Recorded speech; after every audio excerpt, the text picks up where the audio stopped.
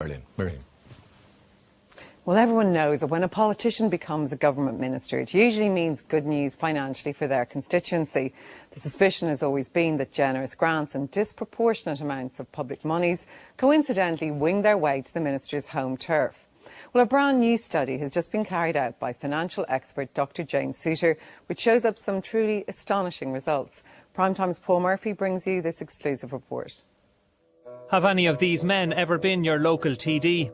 If so, then the chances are your sports clubs are better equipped, your classrooms warmer, and your local roads are smoother than they are for the rest of us. Tonight we bring you concrete evidence of what you probably already know. That when it comes to getting a government grant, it often depends less on what you need and more on your political connections.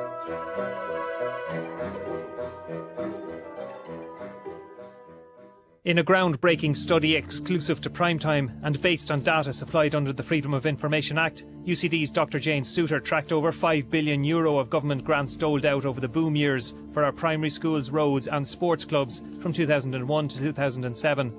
What the research shows clearly is that the money follows the minister, or certain ministers.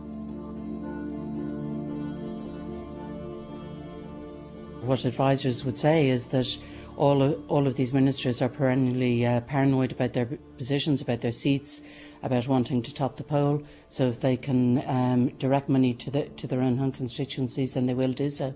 And our system leaves a lot of discretion for them to be able to do it. Later we will look at the distribution of grants for roads and schools, but first sports. In the last 12 years, over €700 million has been given in sports capital grants by the Department of Arts, Sport and Tourism. They are discretionary and any sports club can apply. The system of sports grants is quite good in the sense that a lot of it, you have a situation where a club will apply and they'll get a percentage of what they're looking for.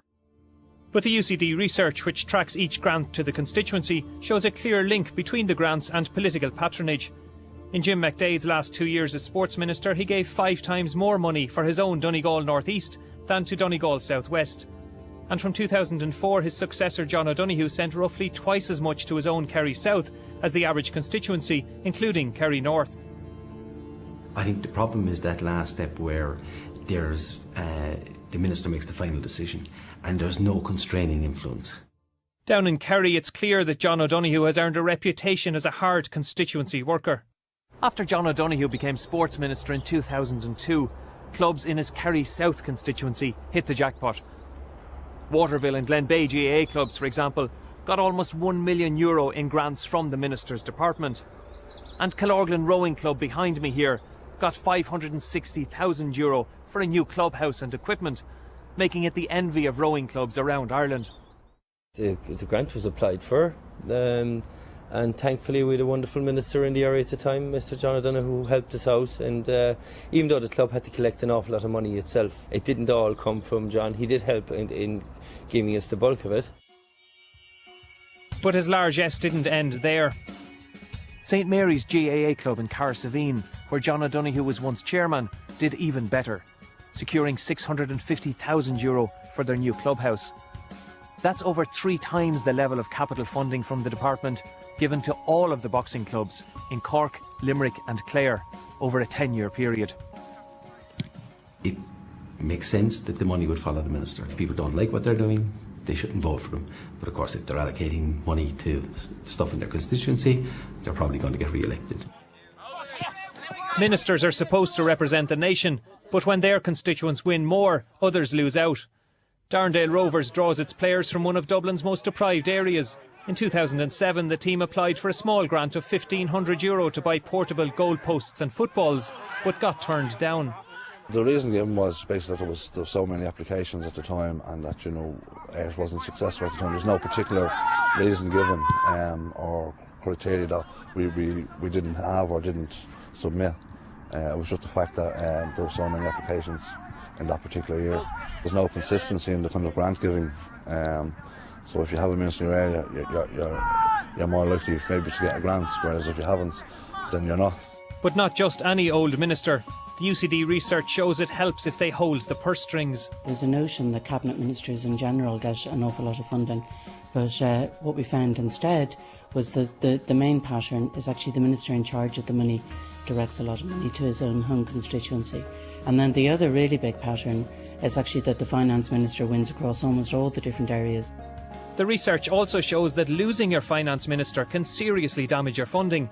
After Charlie McCreevy departed as finance minister, sports grants to his Kildare North constituency plunged from €7 million in the 2000 to 2004 cabinet to €3 million over the next 3 years, a drop of 54%.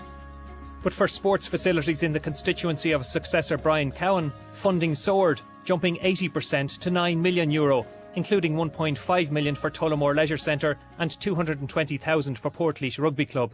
When a finance minister ceases to be finance minister, the amount of grants that are going to his constituency falls off a cliff. And then the incoming finance minister, suddenly you find that an awful lot of grants from all sorts of areas are going to his constituency instead. Like sports, the minister responsible for roads has considerable discretion when allocating funds. In 2002, when Waterford's Martin Cullen became Minister for the Environment, spending on smaller non-national roads in his Waterford constituency was about the same as in neighbouring Tipperary South, which has a similar size road network. But within 2 years, for no obvious reason, his department's grants to his own constituency had soared 174% to €27 million, compared to just 13% growth for neighbouring Tipperary South and 22% for the rest of Munster outside Waterford. But when Dick Roche replaced Martin Cullen in 2004, Waterford's loss was Wicklow's gain. Road funding for the Garden County jumped 112% over 3 years, compared to a 17% rise in the county surrounding Wicklow, and Waterford's grants were cut 19%. County Council roads engineers would tell you that if the roads minister came or the environment minister came to their county, they'd be delighted because they know they get extra money. Unlike roads, the research shows the clear advantage for schools is to have a finance minister locally. In Charlie McCreevy's last 3 years in office, his constituency got double the national average per child in primary school funding and 6 times as much as Dublin Midwest, which had similar population growth. But soon after he left domestic politics, the funding plummeted. In 2005, €15 million was given for Kildare North primary schools, more than 9 other constituencies combined, including Meath East and Dublin North Central. That fell to €6.2 million a year later, and then to €1.9 million in 2007. By then, the place at the top of the funding table had been taken by Charlie McCreevy's replacement, Brian Cowan. Those left out of the funding loop despair at the imbalance. The entirely prefab Gaelscoil Barra is located in the constituency of former Taoiseach Bertie Ahern. And yet it's been waiting for over a decade to swap its colourful but cramped prefabs for a new school.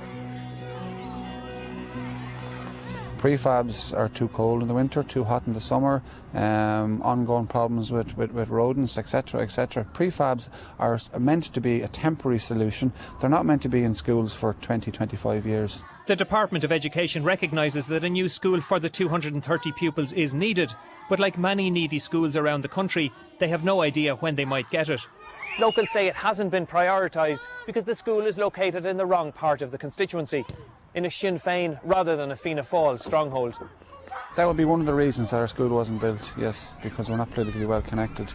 Because this area would have been perceived to be a Republican or Sinn Féin area, that would be one of the reasons, along with the incompetence and the mismanagement and the underfunding of schools, that would be one of the reasons, in my opinion, why our school hasn't been built. We're here 14 years. The schools that have been founded in 2000 have had their buildings built long ago.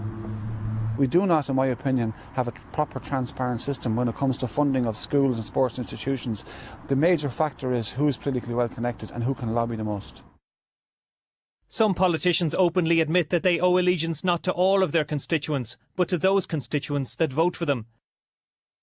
Last year, Fianna Fáil TD Ned O'Keefe told a Cork radio programme that he wouldn't support parents lobbying for a new school in the local Rathcormac area because they hadn't voted for Fianna Fáil in sufficient numbers. And I'll prioritise, as a politician, for my own area, the areas I think that are right and necessary and where I get my support from. I have to look at my situation, and I will not be in Dáil Éireann representing my political party if I don't get support. So I'd be very far down the league in the list.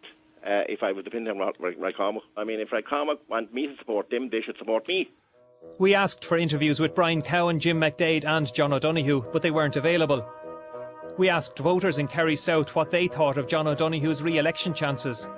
His taste for foreign travel at the taxpayers' expense has damaged his reputation, but his attention to constituency matters has clearly paid off. He has done a great deal. He has done more for Kerry South, I would have thought, than anybody in my memory anyway. He's a bit like Jackie Healy-Rae. He looks after his own, like you. I think people will come out and show their thanks to John O'Donoghue. I think he will do really, really well in the next election. I think he'll top the poll. He won't be getting my vote, but he'll top the poll. Voters in other constituencies may feel aggrieved if a disproportionate amount of money has gone to Wicklow Roads or sports clubs in Kerry South. But as every politician knows, voters in other constituencies don't count.